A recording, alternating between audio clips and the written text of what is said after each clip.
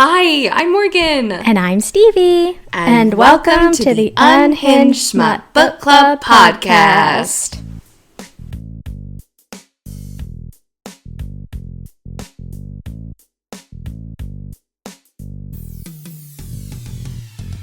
I don't know why I expected my dark romance about a depressed woman to be a little bit more fun, but I did. I don't read the trigger warnings because I like to be surprised. So it's just her getting Eiffel Towered by two invisible men. Can you imagine how Horny and sad. Title of my memoir, to be honest with you.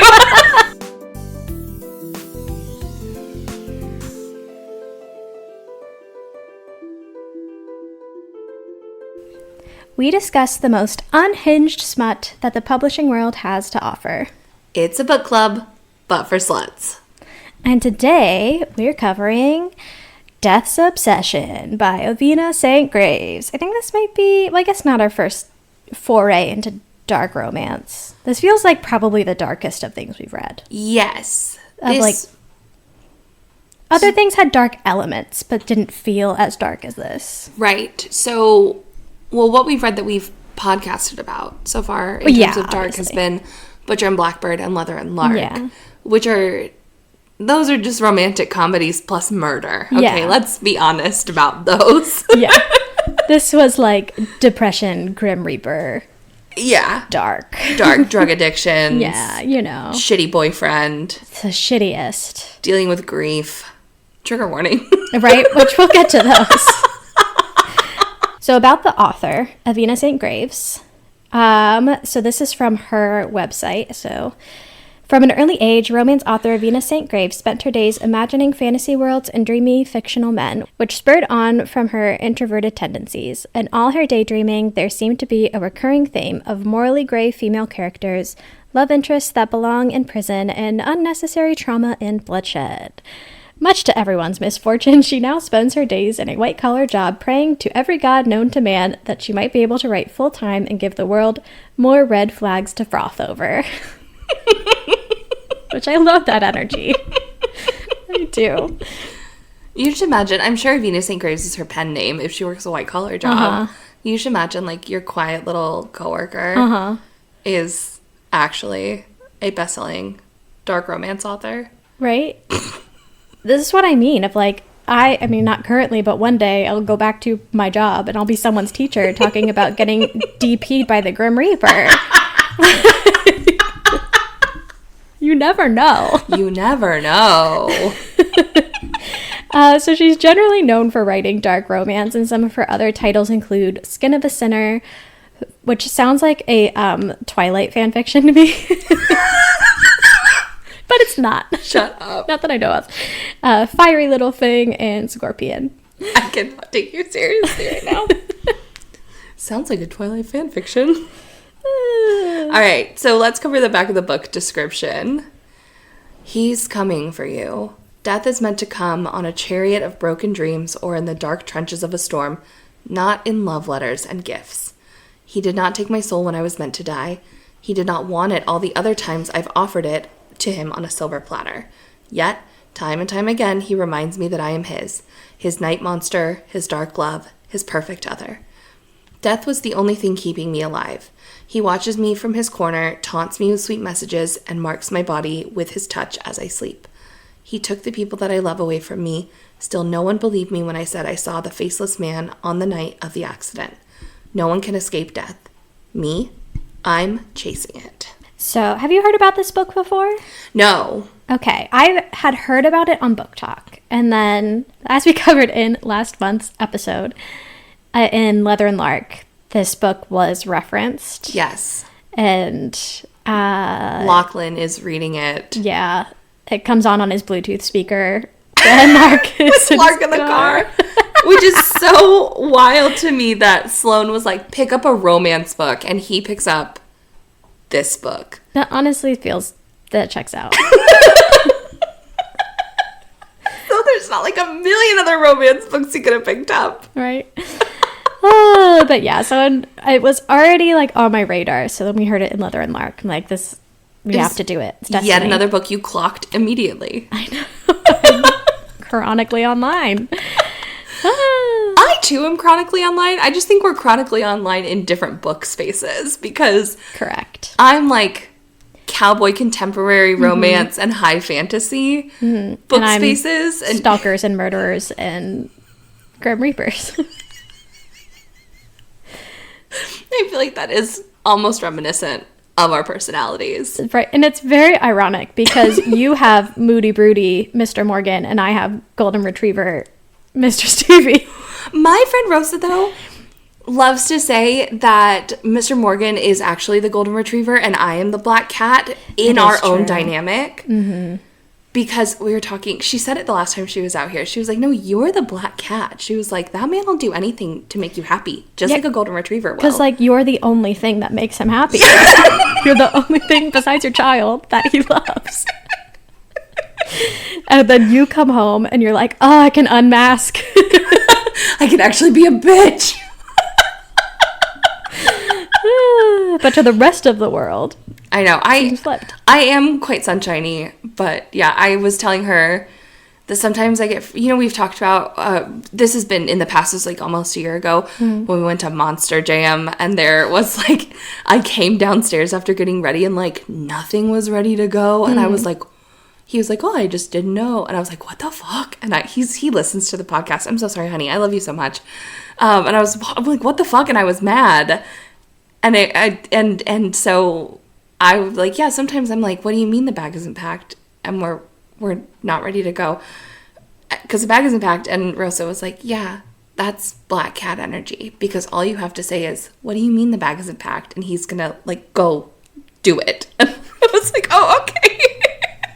Instead, you're like, what do you mean the bag isn't packed? No, I'm not. I'm kidding. I grew up in a household with a lot of yelling. And so there's really not a lot of yelling that happens in my house now because I cannot.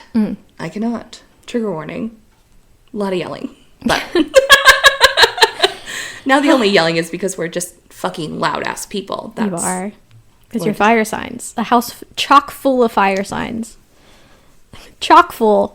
You can see I'm fist pumping. I'm raising the Fire Nation. Just reinvigorating it. House Absolutely. of Fire. And baby Morgan is absolutely going to grow up to burn it all to the ground. Absolutely. And hopefully a productive way. Yeah. TBD. Yeah. She's going to be powerful. She's the next Donald Trump. Hopefully with better values. With her very strong sense of justice. Let's hope that doesn't go. It could go either way. It really could. It really could. Because if she thinks what's right... Anyways, we can get into Let's not spiral into the future of her children. She's either going to lead a company or a cult. Who? All right. Only my parenting decisions will impact that. So. I know. Dude, I've got enough mom anxiety as it is. I do not need to think about what my kid's going to be doing in 25 years. Well, then I'm like, oh, what's baby Stevie going to be like? Don't know. Don't know yet. Not yet. She's the chillest baby, but now she's a toddler. And now has opinions. Yeah. Yeah. Baby Morgan's super chill baby. Yeah. I would have had 100 of her. They lull you into a false sense of security. That's what they do. Okay, anyway. Anyways. So let's talk tropes. The tropes are pretty straightforward, I feel like. So the book is this woman is being stalked by the Grim Reaper who is like in love with her. Yeah. So you can really assume the tropes from there. So stalker, banging the Grim Reaper. Everywhere online I see says possessive, obsessive, MMC. Obsessive? I don't think possessive though. No, definitely possessive. Really? Yeah, you're mine. Well, yeah. But Lightly he like gives her possessive. space. Like, okay, yeah. Lightly possessive. Yeah. It's not like... I know he's not unaliving people just for looking at her. Yeah, he's not like chaining her up in his like sex dungeon because he's like, I can't let you out of my sight, you know? Yeah. Fair. He like lets her live her life. Which is like so nice of him. The bar is on the floor. He like gives her space to be her own person. He like lets her have a job. Can you believe it? Can you believe it? That's crazy. This is so wild. Okay. The trigger warnings are lengthy. Yeah. Do you want to cover them? Absolutely. I love trigger warnings. That is notoriously one of your favorite things. It is. So this book is considered dark and mature. Trigger warnings include, but are not limited to, there could be more: stalking, death, dubcon, anal, double penetration, impact play, breath control, mental illness, emotionally and physically abusive romantic relationships, but not with the main male character. Prescription drug use, alcohol and drug abuse, sibling death, parent death, cancer, off-screen, PTSD, depression, anxiety, hallucinations, disassociation, traumatic events, suicidal ideation, attempted suicide, off-screen, recording of sexual intercourse without consent, and depiction of a violent car crash. That about sums it up. Listen, there could be more.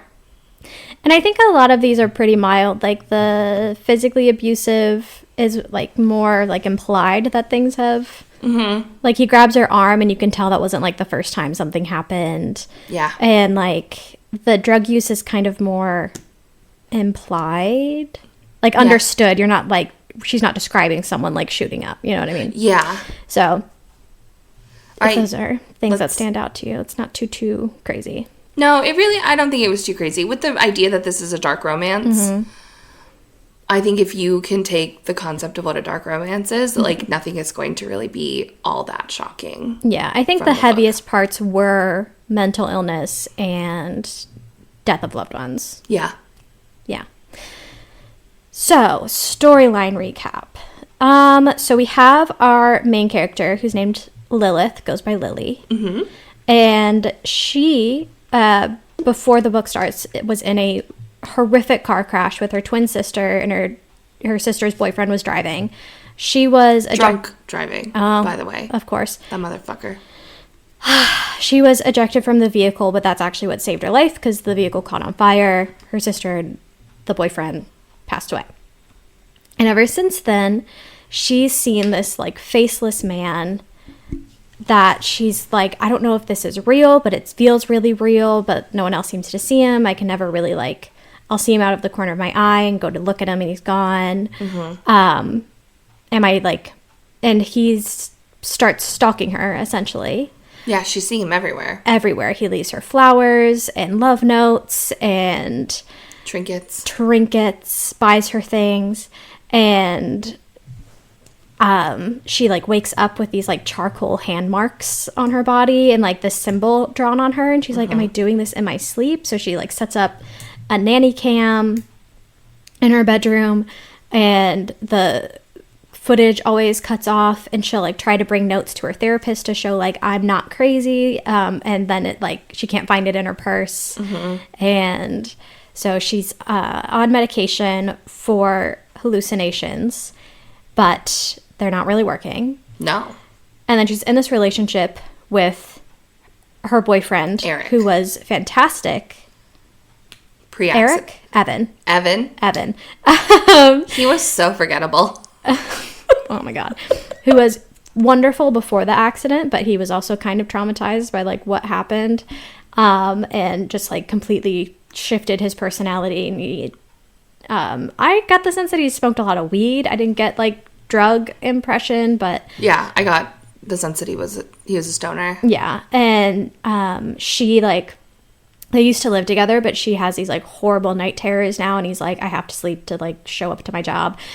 And so they live separately, except for like one night a week.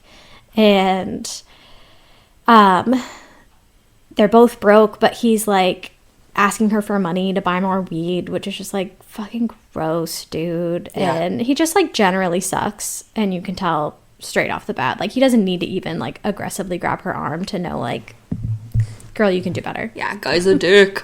But he just is like reminds me of people from college. Anyways. And then you take it away. I was like, I always make Morgan do this part because Morgan is better at speaking off the cuff. And I was feeling really confident in myself. Good. You were doing great. I was doing so good and I lost it. That's okay. Take it away, Morgan. Take it away.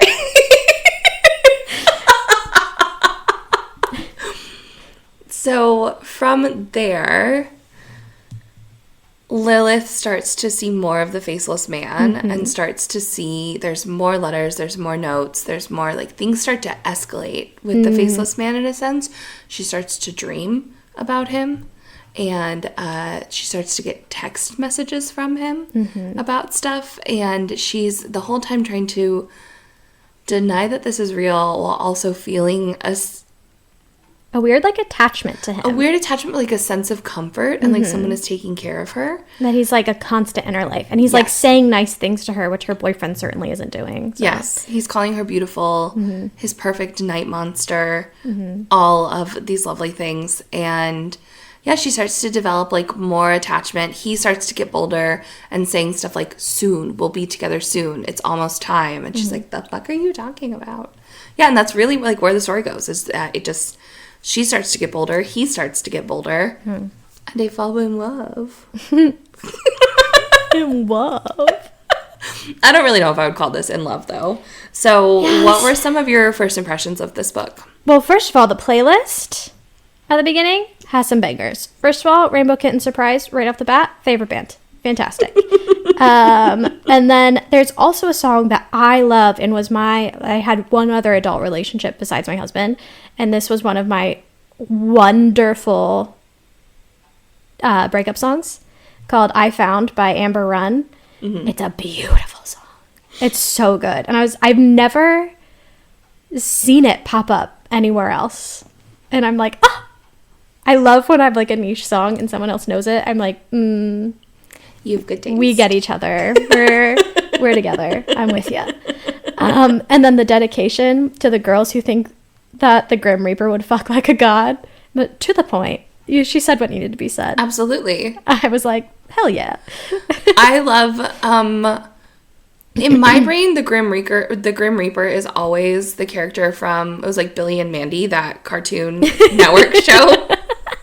You know what I'm talking about? He's just this surly skeleton in a cloak. Oh my god, that's really funny. That's always how the Grim Reaper is portrayed to me. So, like, when I was reading Belladonna, which is not this, I'm like, is she gonna fuck death? Like, 'cause that's just exactly how my brain is picturing the Grim Reaper. And so, of course, this Grim Reaper is jacked with tattoos. Of course. And a shirt. He's shirtless underneath his cloak because... Why Grim Reaper doesn't need to wear clothes. Nobody can see him. Right?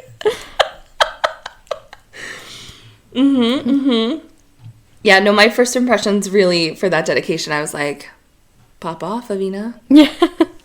Pop off. Speak on it. Yep. Let's go. Outside of that, what were some of your other first impressions? This was really grim. And like I wouldn't say I'm a dark romance connoisseur, but I've dabbled, and this was like depressing dark, not like fucked up dark. You know what I mean? Yeah. I'm used to like, I guess not quite mafia, but like mafia adjacent, like very dubious morals. Yes. Dark. Yeah. And this was just like, oh, we're just depressed. Like, and I was... What if I wrote a book that I was depressed and horny? Which, again, that my entire college career really takes me back.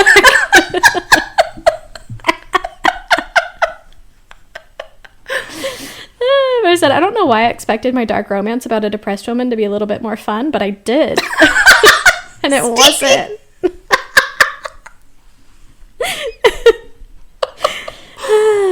Oh...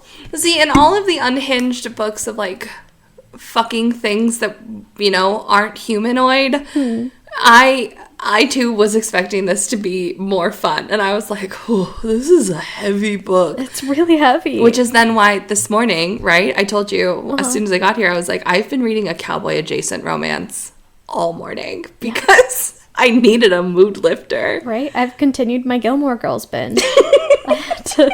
I mean, next we're reading Easter Bunny Smut, so, like, I think that will do the trick, for sure.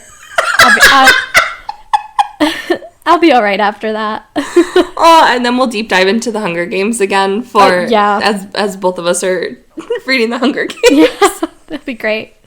Great, it's fine. I was just reading fucking Uncle Tom's Cabin, which is, like, so depressing across so many levels that I forgot from reading it in high school. Anyways, it's a weird month for me. Yeah, anyways. Coming in the March recap, it's been a weird month. It's been a weird month, yeah.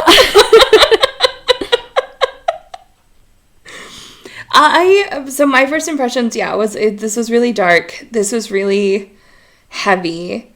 And I think it done pissed me off, mostly because of Evan. Yeah. I hate that man. Mm-hmm. And then, there's a woman going crazy, and I felt like I was living my own psychosis through her of, like, am I seeing things? Am I not seeing things? Like, what is real? Sometimes I wonder, like, is this all real, or am I just having an incredibly vivid dream? Because sometimes things just can't be real. Mm-hmm. And yeah, I'm reading this, and I'm like, oh, God. I do think the, like, mental illness aspect of it was fairly well written. Yeah. Though, of, like, the survivor's guilt and, grieving your family. Like, there's a scene where she goes to the cemetery finally to, like, talk to her loved ones that, like, I actually teared up a bit. Yeah.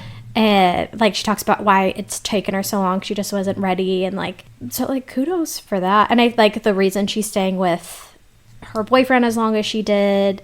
There, like, I can respect it, but it was, like, I didn't have fun. No, I will say this book was very well written. Yeah. I thought, compared to the last book we read, Forked, I thought this one was just written better. Like, I felt like the writing was more mature. Yeah. And more developed than Forked was, but they're both weird erotica in a sense, but, like, obviously very different storylines. But yeah, this one wasn't really fun. Yeah. This one was horny and sad. Yeah. And, title of my memoir, to be honest with you.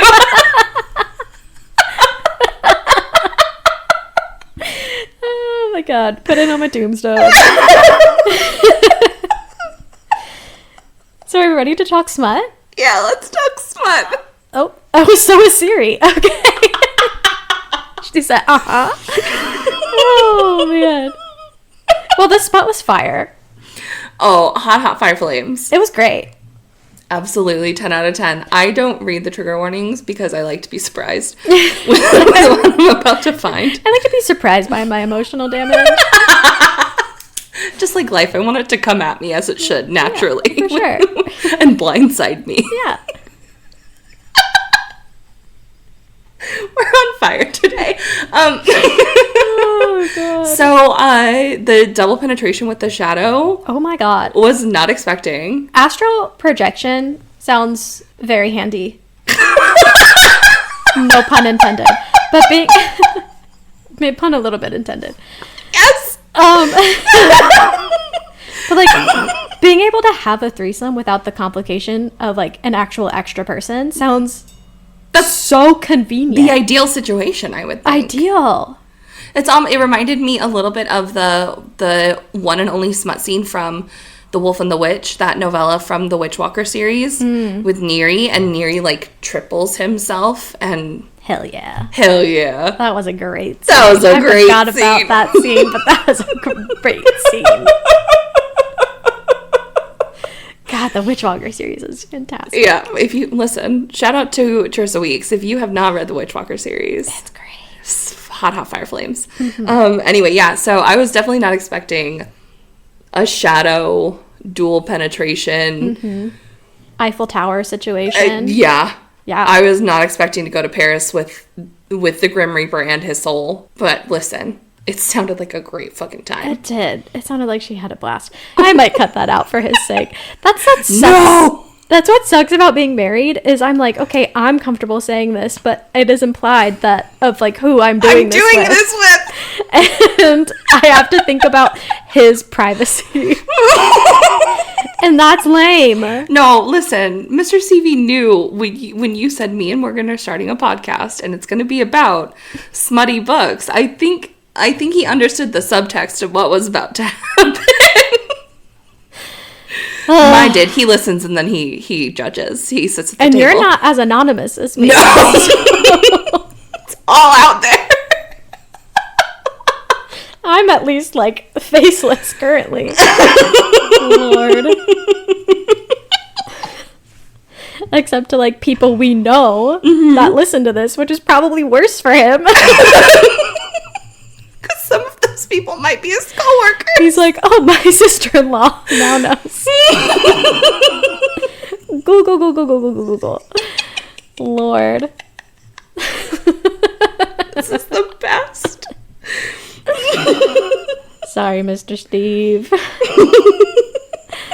But there actually wasn't that much spice. Yeah. I expected it to be 2 sex scenes. Yeah. I was expecting there to be at the end. So, right, he leaves her alone for months and months to, like, work through her shit, which, sidebar, was a little confusing to me for her to, like, see through the others. You know, he's like, now you finally see. And it's like, what did she have to overcome to, like, open up her third eye to see you? I wish I could have gotten some more detail on that because, I'm like, what do you mean? Yeah, because when she's see? Like, because they get to a point where you didn't really super cover this, where she's like, I just want to see, like, just quit dicking around. Yeah, show me your face. Like, just face reveal. Yeah. And he's like, only you have the power. And so she has to figure out who he is. Yeah, your eyes are closed. Yeah, she has to, it's after she's like, your death. He's like, all right, you've reached another level. Yes, but she still can't see him all then. Yeah, and then she, like, weirdly is able to, like, imagine his face. Yeah, so he leaves her for a while, which is one of the things I like, which brings us to our next section. Things we liked that's not necessarily SMOT related. I really liked that he was like, she needs time to heal herself, and it cannot be, like, she can't use me as a crutch to get through that. Yes. And so he kind of removes himself from the situation, but he basically ghosts her. And so she's like, what the fuck? To her knowledge, because he is writing her love letters. But not that she sees. Because she's not opening the drawer. I know. Where he's putting all of said love letters. But that's not usually where he puts them. He usually puts them where she'll find it. But that's where she has hidden all of his gifts.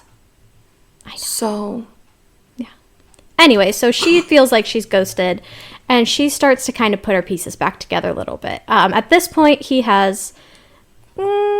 they try to make it seem like he didn't kill the boyfriend, but the boyfriend died of a drug overdose, which he didn't do that.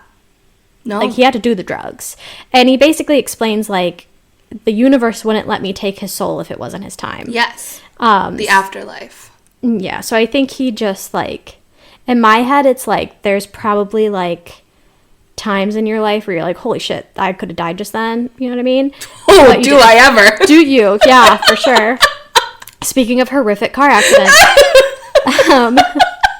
it's just part of Morgan's lore. Where it's like, could have, but you didn't, you know? And this was a situation where, like, if death didn't intervene, he probably could have been fine. But death intervened. Yeah, death was like, listen. You fucked around and now you're finding out. Yep. You gave me an opportunity. And I happen to not like you, so I'm jumping on it. Anyway, so after that, so now she's single, and instead of being like, hey baby, let me get your number, he's like, he's not like, where your boyfriend at? He's like, you need to stand on your own 2 feet. You need to be your own woman. You need to heal yourself. Yeah. And then you can get into an incredibly toxic relationship with me. For sure. The Grim Reaper. A canon event. And so she, like, is investing a little bit more in her job, because she has, like, a business degree and, like, used to have a great job, lost it after the accident, is a barista, and she's like, I actually like my job. You know, just not making a lot of money. Yeah, she starts to hang out with her friends from work. Yeah, she goes to see her family at the cemetery. Yeah, and is just... seeing a therapist, but not Dr. Mallory anymore for antipsychotics. Oh, I missed that part. I was pretty sure she was seeing a therapist. I could be making that up. I don't know. But, yeah, so she's, like, picking up her own pieces, and she's, like, when she goes to talk to her family, specifically her sister, she's like, I know you would want me to live. I can't do that, but I will survive for you. Yeah. And so she starts surviving, not just, like, existing. And, because there is a difference. I think people joke of, you know, like, how you doing? You're like, oh, I'm surviving. But, like, surviving is more than just existence. Like, the existence is here with no effort, but surviving is like making an effort to continue. I'm making sure I have bread on the table. I'm making sure my bills are paid. I'm making sure I'm clean and healthy. Yeah, survival is hitting your base needs, whereas existing is you're just here. Yeah. So that is absolutely, like, it is a choice to make, like, surviving versus existing when you are in a deep, dark well of mental health issues. Shout out to mental health warriors. Yeah. I'm looking at one right now. You're looking at one right now. Killing it. But yeah, and then she is, like, missing him. He finally responds to, like, a text message because she's texting this number that he's texted her from, just kind of, like, narrating her life. And then he finally gives, like, a vague response to something, and then she's like, we can watch, what's the one with Nicolas Cage? Ghost Rider. We can watch Ghost Rider, and you can tell me if it's fact or fiction. And he replies, fiction. And so she's like, ooh, I got an inch, let's try and take it a mile. And he responds with, like, one other little itty-bitty thing, and then again he's ghosted her again for, I think, 3 months after that. A hot minute. But she like goes back to look at her collection of trinkets from him and sees there's, like, a bajillion more notes, and it's, like, a response to every single text message that she said. And at this point, she's starting to, like, put pieces together, and he's like, in order to see me, what does he say? You need to, like, meet me where it started, where it all began. I think it was meet me at the end. I found it.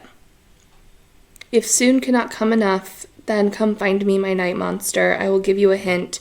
To end, you must go to the beginning. There you go. And so she's like, I know exactly what he means. And so she drives to where the car accident took place. And I think it's, like, raining and lightning. It starts to. It's a thunderstorm, of course, for dramatic effect. And he says something incredibly sweet to acknowledge it.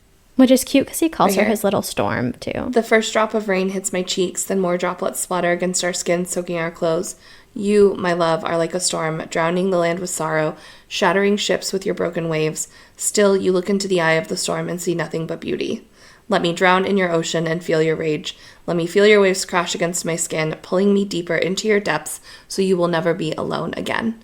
You are the sunrise after a storm, a new beginning and the dawn. You, my flower, are beauty personified. Ugh. Who knew the Grim Reaper was such a poet? Right? It's pretty cute. And he's like, are you ready? And she's like, I'm ready. And she lays down, and he takes her soul. Yeah. She's, like, looking down at her body, and, like, takes her hand, and another car, like, whizzes by, loses control, and hits the same tree that her car did. And he's like, you know what to do. And she goes over, and I'm assuming she takes that soul. Yeah. So she's become a reaper. Yes, that's how I understood it as well. Yeah, that's the vibe I'm getting. It was a little, not confusing, but, like, it wasn't spelled out for you. I look back at death, one's faceless man's face all I see. My attention goes back to the boy with the red hair, the soul that isn't mine to keep. This is what I was always meant to do. This is what I was made for. Latum is who I was made for. Death comes in the darkness and light, but for him, I will come in a storm. Yeah, the ending, the last couple paragraphs was confusing to me as well, too. Yeah. It's kind of like, how do I end this? Yeah, I'm glad we're on the same page. Oh, that's another comment. His name being Latum. Sounds like a old man name, like Cletus. Is what I was thinking. He's death. I know. What other name would you give the Grim Reaper, Stevie? I will respect that it's not, like, Azrael, which is, like, what I feel like it always is. Or, like, Azrael, Zayden, what are other really classic bad boy. Is Zayden a death name? Not necessarily, but it's, like, the bad boy love interest name. Got it. I don't know. Axel. I don't know. I'm like, I feel like anything with a Z or an X in it is, like, a go-to for a bad boy name. Yeah, but this one's Latum. Latum. Which I think has to do at the beginning. She mentions, like, if you're read up on Greek mythology, I'm sorry, this is not accurate at all. Yeah. And so I think, or Latin mythology, I think it has something to do. It's, like, a very, very old name. Yeah. For death. At least his name wasn't, like, Hades. Fair enough. Yeah. Even though I wouldn't even call this, like, a Hades Persephone, because she certainly wasn't Persephone. No. I feel like it was kind of also alluded that, like, because she started to, like, almost, like, remember what his face looked like. Mm-hmm. But I think she was remembering from dreams that she previously didn't remember. Yes. Okay, because I was like, was this, like, a past life thing? That was the part I also didn't understand. Yeah. Because she talks about, like, sitting on the beach with him and, like, watching the sunrise, and they're laughing together, and they're in a park, and just, like, all of these things. And, I was like... Yeah, because for a while, she was like, the only dreams I remember are of the accident. And then she starts having dreams, sexy dreams with him. And... Not really dreams, though. Yeah, not really dreams. They're just kind of in this, like, in-between, in the veil space. Oh, that brings me back. I didn't make this comment. He later, because he's the one who's clipping the nanny cam footage from her bedroom. He gives her back all of the nanny cam footage. But you can't see him. So it's just her getting Eiffel Towered by two invisible men. Can you imagine how actually insane that would look? Yeah. Like, picture yourself miming being Eiffel Towered. That has to be so unflattering. I would not want to see that of myself, personally. I'd be like, I'm actually very okay not seeing that.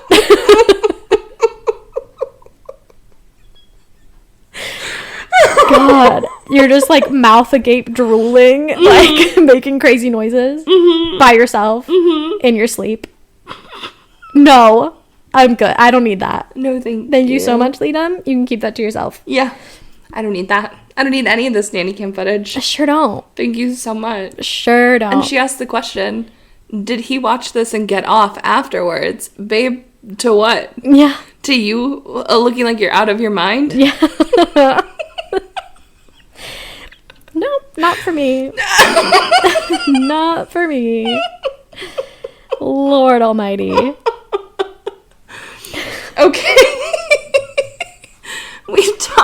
We got a little off track there, but one of the things that we both loved was that he gave her space to, like, put her life back together. Very much so. To get her shit back together, to be able to stand on her own 2 feet.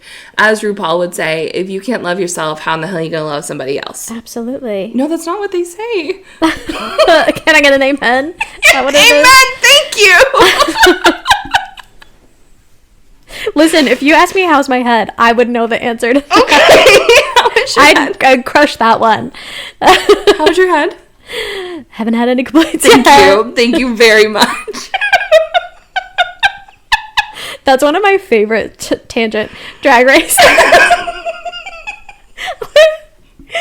don't even remember who it is, but RuPaul just keeps setting them up. And they keep missing it. They keep missing it. It's Miss Fame. It's so funny. I'm pretty sure it's Miss Fame. Oh my god, it's so funny because she actually, like, hits her head during the challenge, so she's just like, yeah, I'm okay, I'm not, like, concussed or anything. RuPaul's like, honey, I know you're not a comedy queen, but come on. I'm pretty sure it's Miss Fame, and it's not until... Yeah, it took her 3 times before she finally got it. It was Miss Fame. Yeah. It was like the season's running joke was the how's your head. Funny. So because that wasn't the first time RuPaul has thrown that joke out there either. Right? Like, it's been in other seasons. It's RuPaul canon to, like, how's your head? Lord. Lord. It's Miss Fame. She's so pretty. As we love to say. Miss Fame is honestly stunning. Diva. Makes me feel insecure a little bit, not gonna lie. So, we loved... That. Was there anything else that you loved in the book? That was kind of it. And I complimented how, like, the mental health was written, even though it was, like, a downer. Critiques. Listen, I don't really have many. The ending was confusing for me. Outside of that... I think it was a really well-written book. Okay, here's my biggest thing. They are just, like, generally obsessed with each other, but at no point say, like, why. Like, I feel like it's never really said, like, what I love about you. You know what I mean? Mm-hmm. And I feel like sometimes books like this are meant to be a little self-insert, so if they get too specific, you can kind of be like, oh, well, that's not me, right? And so, like, the readers you're writing it for don't want that, but I'm like, what exactly why are you obsessed? What is beautiful about her? Like, I actually don't even know what she looks like. I think she has blue eyes. Dark hair? I think so. Obviously, she has to have dark hair and pale skin. Yeah, the Grim Reaper wouldn't like a blonde. No. That just wouldn't make sense. No. But yeah, so, like, because of that, at no point did I really care about the characters. Oh. Besides just, like, basic human empathy of, like, reading about a person going through a hard thing. The only character I was invested in, and oh my god, the only character I was invested in was her boyfriend because I hated him so much. Yeah, fuck that guy. Like, yeah, when is that guy gonna die? Yeah. So yeah, I just didn't, like, care about any of them. I didn't. That's okay. Yeah. That's okay. I think that is a fair point, that there never is really any type of discussion about why they're obsessed with each other. For me, it was I think it was just, like, the soul's draw. Yeah. You know? It's like a fated mate situation of, like, oh, there you are. I've been looking for you. Of, like, you just know. And he just knew. He saw her. And I do think she has this, like, I should be afraid of this person. Why do I feel connected to them? Yeah. As well. So. She does. I mean, she keeps trying to convince herself that she's dreaming. And that this is not real. Yeah. So she knows that this is strange. Yeah. And off-putting. I think it was for me, it was a well-written book. The ending was confusing. For me, it was, I don't think as well thought out as some other parts of the book. Yeah, I didn't necessarily connect with the characters. I won't say I didn't care about them, but... Yeah, maybe connect with is a better way to put that. I think it was just a depressing ass book for me. I also think, like, reading about a character who's pretty suicidal, and then her happy ending is her dying is a little like, ooh, okay. That's dark. Yeah. And it's I guess her death wasn't so much a death, but like a transformation. But she still died. Still died. She's no longer on this mortal plane. Yeah, no, she has sloughed off her mortal coil. Yeah. For sure. And it's like, oh, okay. Yeah. Which, good for her that she was able to make that decision. But I guess when everyone you love has died. But she's just getting to know her friends. Now her friends are going to be so sad. Exactly. She made a joke in the break room. I know. Now, they were understaffed already at the coffee shop. Now it was really a selfish choice of her. They're going to be incredibly understaffed.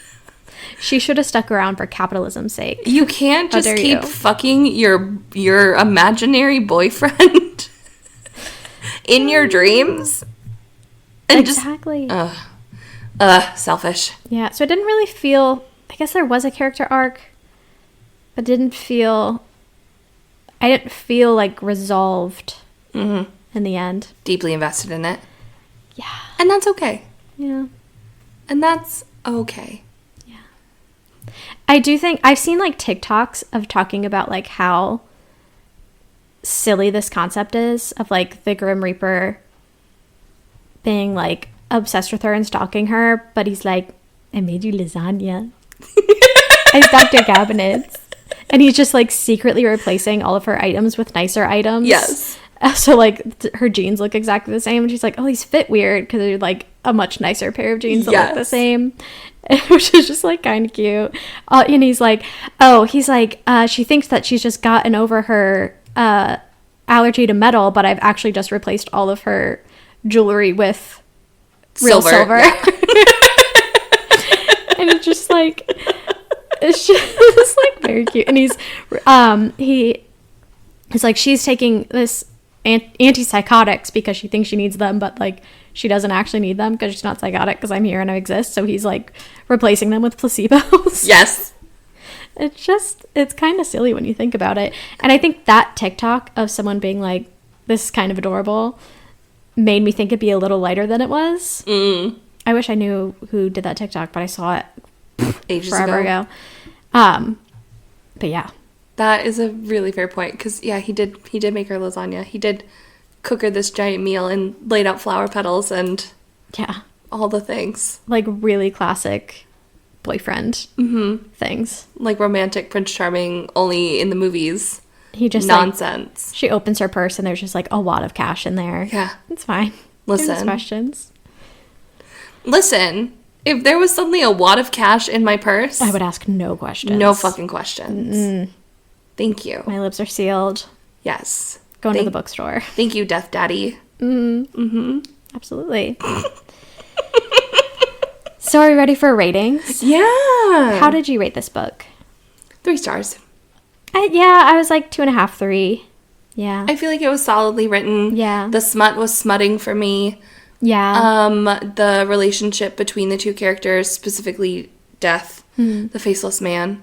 I thought he was sweet and endearing, and he was obsessed with her, but not in... He was stalking her, but not in a stalker kind of way. You know what I'm saying? It's the level of stalking I could tolerate. Yes, from a distance. Exactly. Yeah, like we've talked about in Butcher and Blackbird. He hangs out across the street. Yeah. And watches you cook.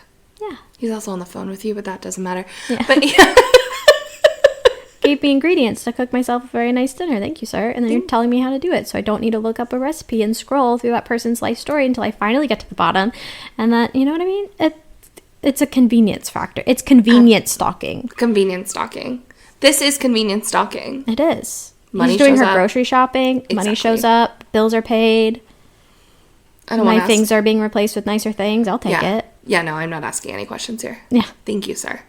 Thank you. Thank you from a distance. As you should. I'd give it a solid 3 stars. Yeah. What's the spice level? Ooh, when we get to the spice? The spice is great. Right? You got to think of like quality of spice plus amount of spice. Yeah. This is the amount of spice I like in a book. I expected more from like a Kindle Unlimited novella. So yes. I'm like trying to put in context of like we always say of like, what does a normal person think? Because my barometer is so far off at this point. We're only a few months in to this podcast. My gut, 2.5. I would say, my gut is, when you take all of the things into context, the amount versus the quality, I would say probably a 3. Yeah. I would have loved a little more, because I thought when they got back together at the end, that there was going to be another roll around on the velvet couch in the middle of the forest. Yeah. There was not. And so we're just reaping souls. Weird, but okay. And then I listened to the bonus chapter on the audiobook, and that's just like when it was like his view from the car accident. There was not. Yeah. And I was like, oh. I don't want that. No, I had to stop listening to it. Yeah. Because hello, car accident. It's fine. We didn't hit a tree. We got hit by semis, which is wildly different. Yeah, it's much better. Oh, God. No, car accident stuff honestly doesn't traumatize me that much. Hearing about it, I think if I had to watch a video of it, I'd be like, yeah. No, thank you. No. No, thank you. But no, I was expecting more smut, because usually when there's like bonus content in books, it is usually an extra spicy chapter. And so that's what I was hoping for, and that's not what I received. Not what you got. So I would have liked to see one more, but that is just because or even like I'm overindulgent. The same smut scene, but from his perspective. Like I kind of love when they do that. Like the bathroom, in the shower. Oh, that would have been good. That would have been great. That would have been great. Yeah, so I would give it a 3, because the smut that you got was real good. It was really good. How about Unhinged level? Again, what does a normal person think? We don't need... Normal people aren't doing this podcast. I know. Stevie. That's true. Again, like this, for me across the board, solid like midway 2.5. Yeah. For everything. Of like, For me, if they are humanoid, that knocks it down a peg, you know? And he is. He has, like, a normal human body. Yeah, he's jacked. He just, like, isn't a human. Yeah. I think the astral projection... Astral was banging a spirit, essentially. His soul, and also his body at the same time. And the DP aspect of it. Ramped it up. Yeah. God, it was great smut. It was so good. But we're not talking about the smut anymore. Now we're talking about the unhinged I level know. of the entire storyline. I just like, need to reiterate that, like, it was great spice. We're not good at this. This is our one job, Stevie, is to be good at giving something a rating for its unhinged level. I don't think that this was that unhinged. Mm-hmm. I'd give it a 3, just a solid. You said, like, for you it's like a solid 2.5 across the board. I think for me it's a solid 3. The idea that she, like, thinks she's psychotic and is, like, taking antipsychotics and seeing death and fucking death in her dreams, that's a little unhinged. Mm-hmm. But, you know, as we opened up for the girls who think death would fuck like a god. Mm-hmm. He did. He sure in the fuck did. He did. He sure in the fuck did. So, yeah, I give it 3s across the board for me. Yeah. Your 2.5s across the board. So, fun extras. Morgan found these cute little, like, book club cards. Sure did. That just have random questions. Mm-hmm. Book club icebreakers. Will be a great... Just grab one, see which one fits. And for this one, I think what might have happened to the characters after the book ended might be one of the best options available to us. Yeah, because the book club questions are, like, light and fluffy. Yeah. Ones usually, they're very, like, coquette themed. Yeah, they're for cards. Normal people who read normal books. Yes. Normal people who read normal. Not this book club. No. Not this specific episode. No. What do I think happened to them afterwards? I think they went on being lovingly obsessed with each other, raping souls all over the world. I mean, like, what else is going to happen? What else is going to happen? Imagine. No, imagine. Imagine you die for your boyfriend. Well, listen, there is this book series called, I think it's The Unseelie Prince or The Unseelie King. It takes, like, 7 fucking books in the series until they actually have sex. Which is why I don't recommend it, because this man has, like, 7 dick piercings in this book. Anyways, I'm going to spoil the series for you. It is a pretty fun series, but it drags on a bit. In the end, she becomes, like, a Seelie fae, and they're, like, enemies but lovers at the same time, and so they're kind of just, like, playing, like, cat and mouse for the rest of eternity with each other. Exhausting. But in, like, kind of a sexy way. Yeah, and so I feel like, I don't know if I'm imagining that exactly, but kind of like a Greek god relationship type of thing, of, like, a funky dynamic where, like, they're together but they're not together, but when they are together it's, like, explosive. You know? Mm-hmm. It's a very non-answer. I said a lot without saying fucking anything. That's how you know you have a good podcast, is when you can just yap and say nothing at the same time. Is that the marker of a good podcast? I think of a person who has good podcast potential. Yeah, okay. Yeah. Fair. Not to toot my own horn, but... toot. Toot. Beep, beep. No, for this one, I could see them just roaming the world. Yeah. They've already been to Paris. They've already seen the Eiffel Tower, right? So, as invisible characters, Eiffel Tower on the Eiffel Tower. That's what I'm saying. There you go. I just imagine Arc de Triomphe on the Arc de Triomphe. That's what I'm saying. There you go. That's what I'm saying. Just get into all sorts of weird shit all over the world. Yeah. Why not? Why not? While you're, reaping souls. Yeah. Easy. There you go. Yeah, I have a hard time imagining what the future would be outside of just that. Yeah. Because first day on the job, he's like, go. Yeah. You do it. What a relief for him it must be to get out of that fucking town, though. Honestly. Where he's been following this woman around for years. Right? He's like, finally, we can go somewhere where the real action happens. Honestly. Okay. What's our next book? Oh. I think it's Lights Out. No, our next book is Scythe and Sparrow. Oh, duh!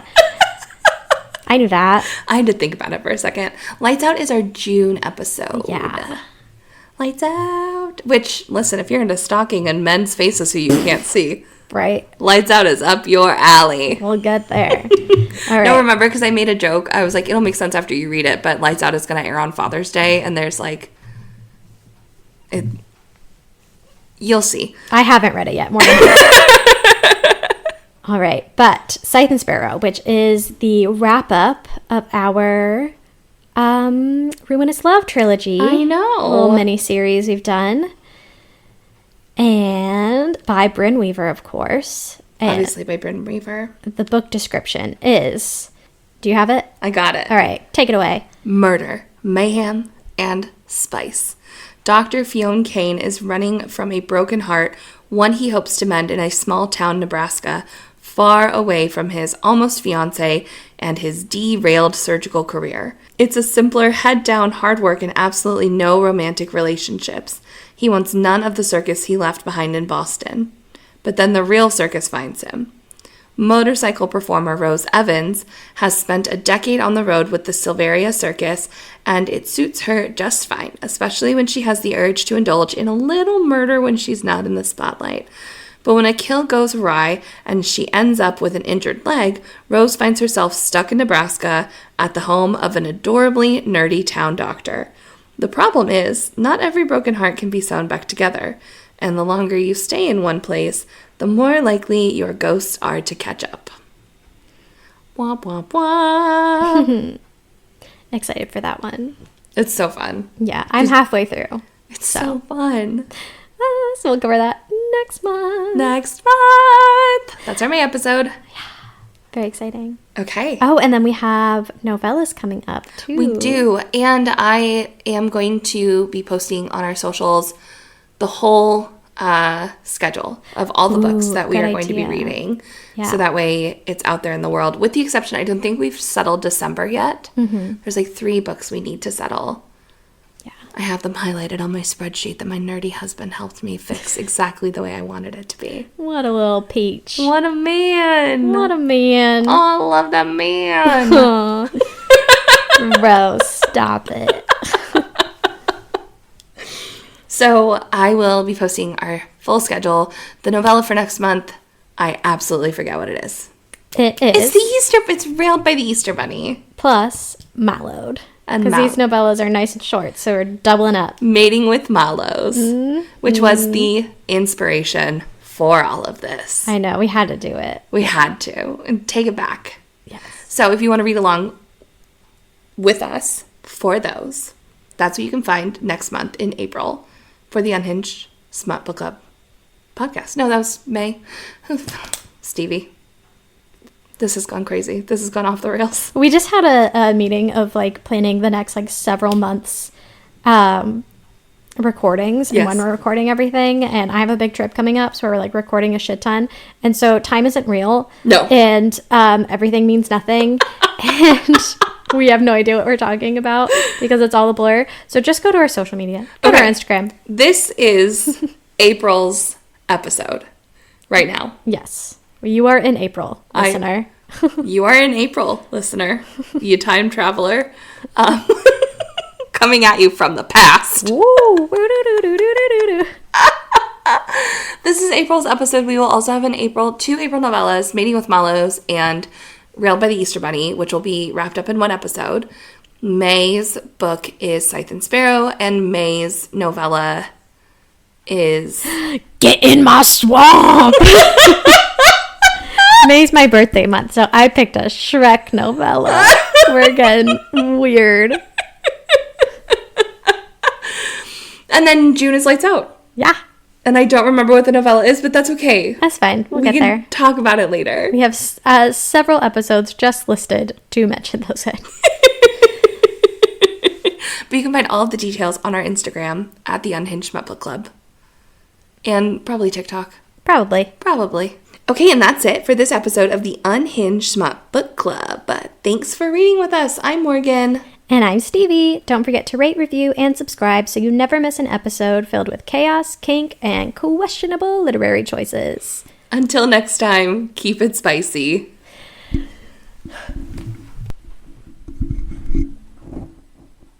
We did it.